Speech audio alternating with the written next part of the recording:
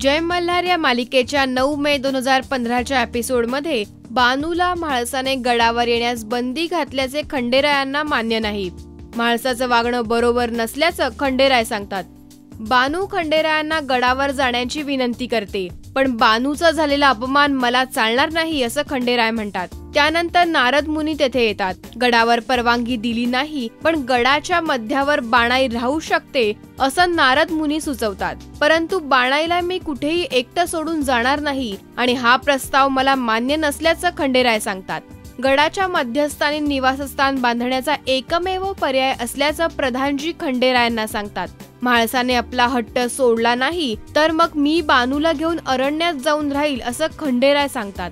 त्यावर प्रधानजी एका रात्रीत निवासस्थानासाठी वाडा बांधून देण्याचं खंडेरायांना वचन देतात।